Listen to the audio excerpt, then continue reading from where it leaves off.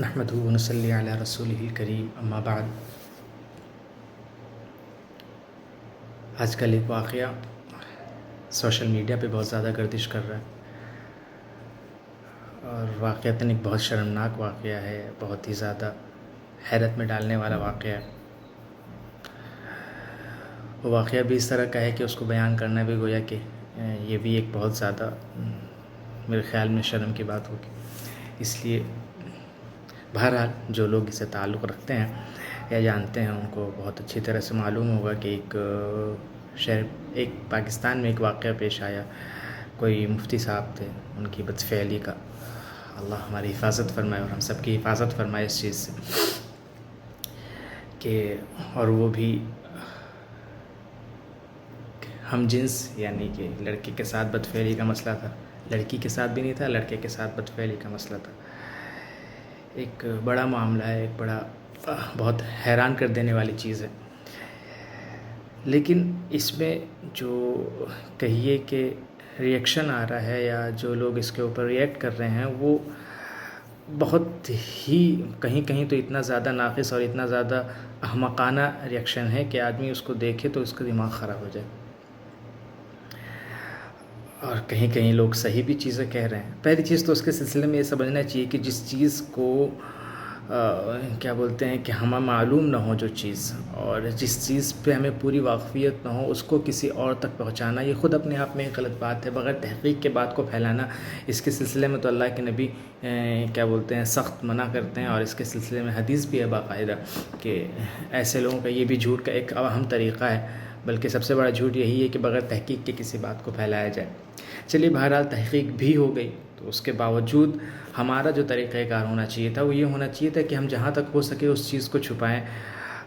لیکن حالات دوسری طرف جا رہے ہیں۔ آپ دیکھیے کہ ہر شخص جو ہے وہ اس چیز میں لگا ہوا ہے کہ اگر کوئی بڑا ٹاپک دنیا میں آ رہا ہے کسی بھی مسئلے پہ،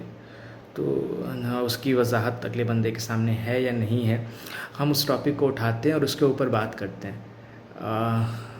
کہ بسا اوقات یہ ہوتا ہے کہ ہم لوگ وائرل ہونا چاہتے ہیں کہ ہماری ویڈیوز وائرل ہوں یا اس طرح کی چیزیں، بہرحال اللہ ہماری حفاظت فرمائے۔ معاملہ بڑا تھا۔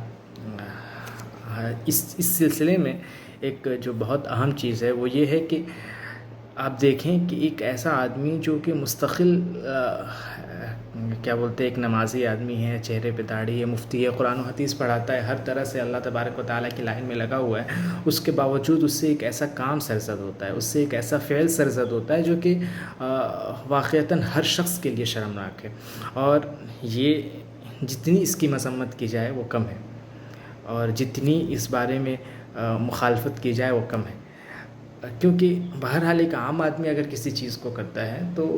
اس کا اثر دوسرا ہوتا ہے، چونکہ ہم اس کے بارے میں یہ کہہ سکتے ہیں کہ وہ جاہل ہے، وہ چیزوں کو اتنا سمجھتا نہیں ہے، وہ اس کے گناہ کو اتنا زیادہ محسوس نہیں کر پاتا ہے۔ لیکن اگر وہ ایسی کسی غلطی کو کوئی عالم کرے یا کسی عالم سے کوئی اس طرح کی غلطی سرزد ہو جائے، وہ بھی اتنی بڑی غلطی سرزد ہو جائے، تو میرے خیال میں یا سبھی اس بات کو جانتے ہیں کہ یہ زیادہ باعث تشویش بات ہے اور زیادہ جو ہے کہ سوچنے والی اور فکر کرنے والی بات ہے۔ اس سلسلے میں دو تین طرح کے لوگ ہو گئے ہیں۔ ایک لوگ تو وہ ہیں جو ماشاءاللہ نیک ہیں، اور ان کو نا اس چیز پہ بہت حیرت ہے کہ ایسے لوگ جو کہ ہر وقت نماز دعا اور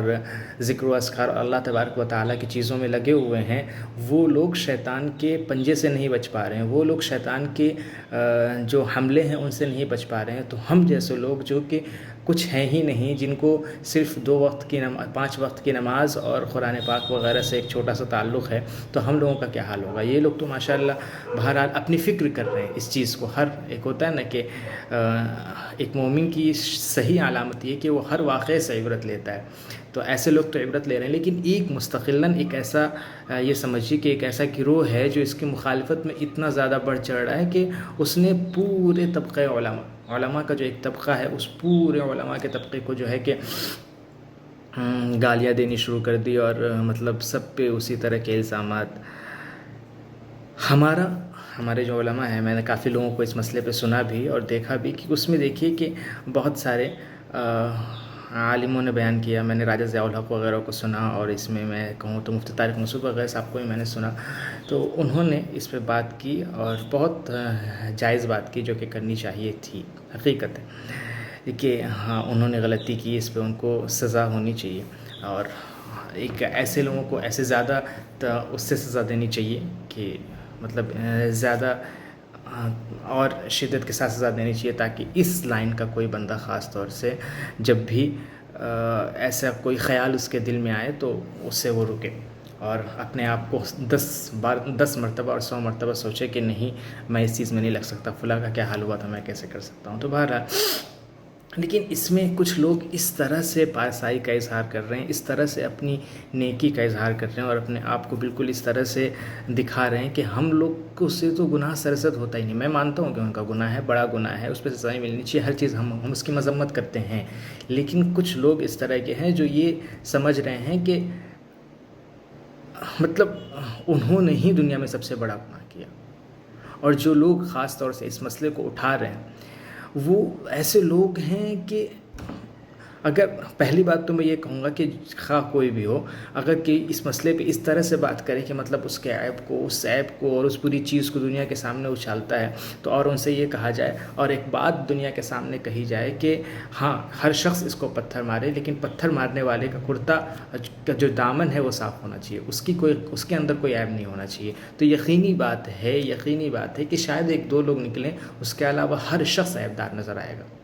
ہر شخص عیبدار نظر آئے گا، اور جو عیبدار ہوتے ہیں نا پہلے سے، ان کو اس طرح کے عیب اچھالنے میں اور زیادہ مزہ آتا ہے۔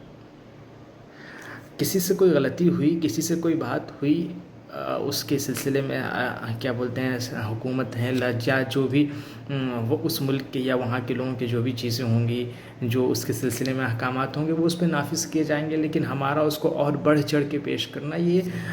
امت میں آج تو ویسے بھی ایک ایسا حال چل رہا ہے امت کے درمیان کہ اتحاد جو ہے وہ ختم ہو کے رہ گیا، اور فرقہ واریت اور نفرت ان جیسی چیزوں نے ایک دم تباہ کر کے رکھ دیا ہے۔ اس کے بعد جب اس طرح کے واقعات رونما ہوتے ہیں تو اس سے ایک واقعتاً ایک اور کاری ضرب پڑ جاتی ہے ہمارے اتحاد پہ، ہماری چیزوں پہ، ہمارے دلوں پہ، اور ایک خاص طور سے جو لوگ سمجھیے کہ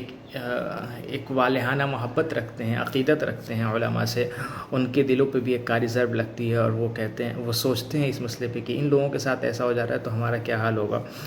تو یہ اور اسی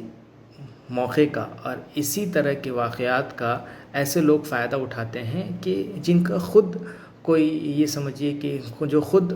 ہر چیز سے پاک پاس نہیں ہے، پارسا نہیں ہے، بلکہ ان کے ہر عیب میں ان کے ہاتھ جو ہیں وہ ملوث رہتے ہیں، لیکن اس کے باوجود ان کو ایک ایسا موقع مل جاتا ہے علماء پہ تہمت لگانے کا اور علماء پہ عیب لگانے کا۔ اس چیز میں ایک بہت سمجھیے کہ ایک بہت سیدھی سی چیز اور بہت صاف سی چیز سمجھ لینی چاہیے، اور ہم سب کو اس بات کو ذہن میں رکھنا چاہیے کہ جس شخص کے چہرے پہ داڑھی ہے اور جس شخص کے سر پہ ٹوپی ہے، اس کو دیکھ کے یہ نہیں سمجھ لینا چاہیے کہ وہ خواہشات سے بالکل بری ہو گیا، اب اس کے اندر خواہشات کا کوئی مادہ ہی نہیں رہا، اور وہ کسی طرح سے خواہشات پر عمل پیرا نہیں ہو سکتا۔ اس چیز کو بہت اچھی طرح سے سمجھ لینے کی ضرورت ہے کہ گناہ ہمارے اندر سے ختم نہیں ہوتا ہے، گناہ پہ قابو کیا جاتا ہے۔ آپ یہ کہیں کہ اللہ میاں میرے اندر سے گناہ ختم کر دے، یہ وہ، تو گناہ ختم نہیں ہوتا، گناہ پہ آپ قابو کر سکتے ہیں کہ گناہ کے لیے آپ کے پاس سارے مواقع ہوں، اس کے باوجود آپ گناہ سے بچ جائیں، تو یہ تو ہوتا ہے۔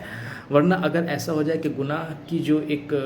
سمجھیے کہ ایک جو ہمارا گناہ کی جو خواہشات ہیں وہی ختم ہو جائے، تو پھر ہماری کیا آزمائش۔ تو اگر اس طرح کے لوگ جن کے چہروں پہ داڑھی ہے، سر پہ ٹوپی ہے، اگر وہ لوگ جو ہے کہ گناہوں میں لگ جاتے ہیں، تو وہاں وہ انسانی کمزوریوں کی وجہ سے مجبور ہیں۔ ہر شخص کے ساتھ کسی کے اندر خواہشات پر زیادہ قابو ہو جاتا ہے کہ وہ خواہشات پر زیادہ قابو کر لیتا ہے، کچھ لوگ اتنا قابو نہیں کر پاتے ہیں۔ ہم اس چیز کو غلط مانتے ہیں اور